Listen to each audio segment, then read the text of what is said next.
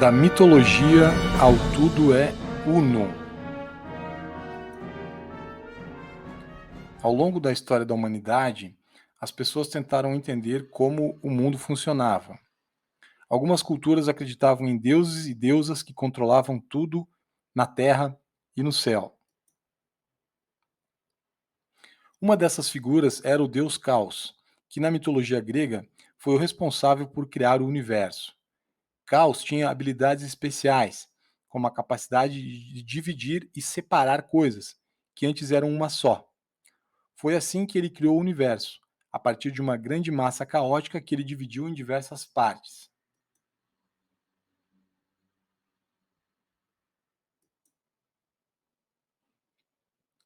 O entendimento sobre ele mudou ao longo do tempo. Primeiro, ele era o vazio primordial, depois, a força de cisão e separação, e por último, a desordem. Hesíodo e depois Ovídio contribuíram para essas mudanças.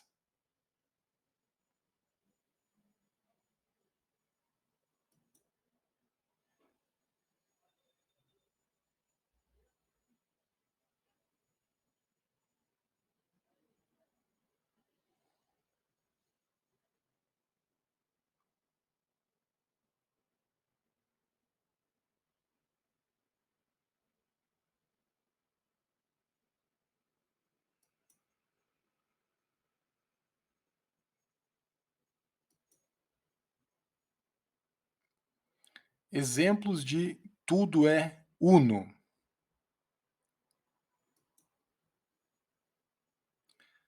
Tudo é água. Tales de Mileto, 624 a.C. a 546 a.C. Acreditava que a água era o elemento primordial do universo. Ele argumentava que toda a vida na Terra dependia da água e que, por isso, ela deveria ser a substância fundamental.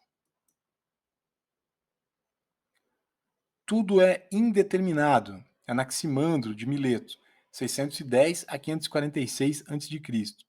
Afirmava que o princípio fundamental do universo não podia ser definido por nenhum dos elementos conhecidos até então. Para ele, havia uma substância indeterminada que dava origem a todas as outras substâncias. Tudo é ar. Anaxímenes de Mileto, 585 a 528 a.C., propôs que o ar era o princípio básico do universo. Para ele, todas as outras substâncias eram formadas a partir do ar, que se tornava mais denso ou rarefeito.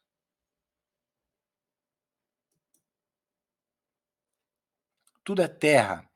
Xenófanes de Colofão, 570 a 475 a.C., acreditava que a terra era o elemento primordial.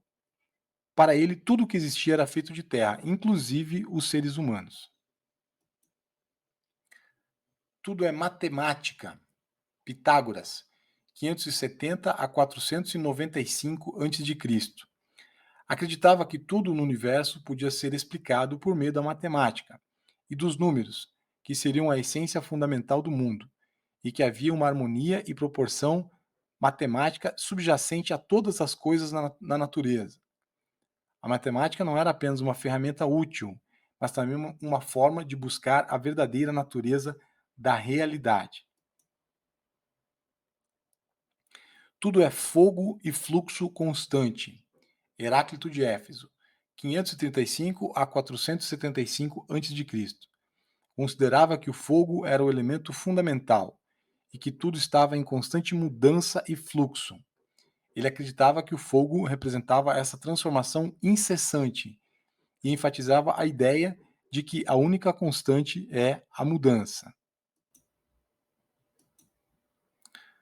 Tudo é ser imóvel, uno. Parmênides de Eleia, 515 a 450 a.C. Argumentava que a realidade era uma unidade imutável e eterna, e que qualquer mudança ou multiplicidade era ilusória. Para ele, o ser era uno e indivisível, e a aparência de mudança e diversidade do mundo era uma mera ilusão dos sentidos. Tudo é Homeoméridas, Anaxágoras de Clasômenas, 500 a 428 a.C., propôs que tudo no universo era composto por uma mistura infinitamente pequena de partículas chamadas homeoméridas, que continham em si mesmas traços de todas as outras coisas. Segundo ele, a mente, nous, era a causa primária do universo, e foi através da sua presença que as homeoméridas se organizaram para formar as outras coisas. Tudo é composto por 4 elementos. Empédocles de Agrigento, 495 a 435 a.C., afirmava que tudo no universo era composto por 4 elementos: terra, água, ar e fogo.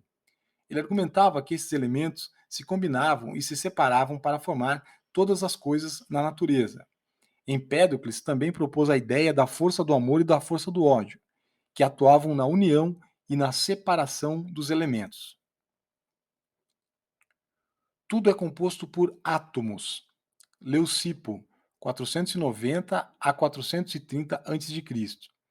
Foi um filósofo pré-socrático que propôs a ideia de que tudo no universo era composto por pequenas partículas indivisíveis chamadas átomos. Ele argumentava que esses átomos eram eternos, imutáveis e invisíveis a olho nu, e se combinavam para formar toda a matéria do universo.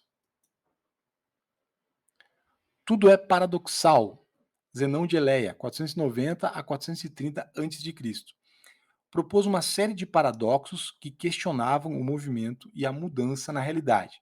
Um exemplo é o paradoxo da flecha, que argumentava que uma flecha em movimento nunca chega ao seu destino, porque a cada momento está em um lugar diferente do espaço e, portanto, nunca pode se mover.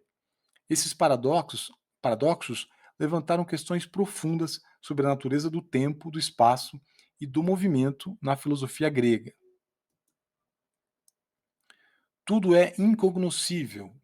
Górgias de Leontinos, 485 a 380 a.C. Foi um sofista grego que argumentava que nada pode ser conhecido com certeza, nem mesmo a própria existência. Para ele, toda afirmação poderia ser contradita por outra, e, portanto, a verdade não poderia ser alcançada. Ele propôs a ideia de ceticismo radical, em que a dúvida é levada ao extremo, questionando a possibilidade de conhecimento. Tudo é harmonia e tensão. Filolau de Crotona, 470 a 385 a.C. Um filósofo pitagórico que acreditava que a harmonia e a tensão eram os princípios fundamentais do universo. Ele propôs que a harmonia era o resultado do equilíbrio entre forças opostas, como o limitado e o ilimitado. Tudo é infinito e eterno. Melisso de Samos, 470 a.C., sem data precisa da morte. Ele defendia que o universo era infinito e eterno, e que não poderia ter sido criado ou destruído. Para ele, a ideia de que algo pudesse surgir do nada era irracional.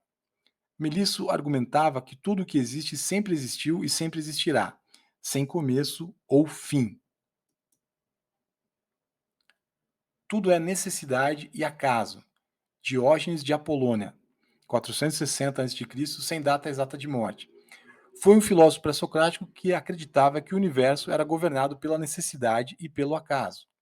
Ele propôs que a ordem do universo era resultado de uma combinação de leis naturais e eventos aleatórios. Tudo é composto por átomos em movimento constante. Demócrito de Abdera, 460 a 370 a.C. Foi um discípulo de Leucipo que desenvolveu ainda mais a teoria dos átomos. Ele propôs que os átomos não só eram indivisíveis, mas também estavam em constante movimento no espaço vazio, combinando-se para formar todas as coisas na natureza. Segundo essa teoria, as diferenças entre as coisas surgiam das diferentes formas como os átomos se combinavam e se organizavam.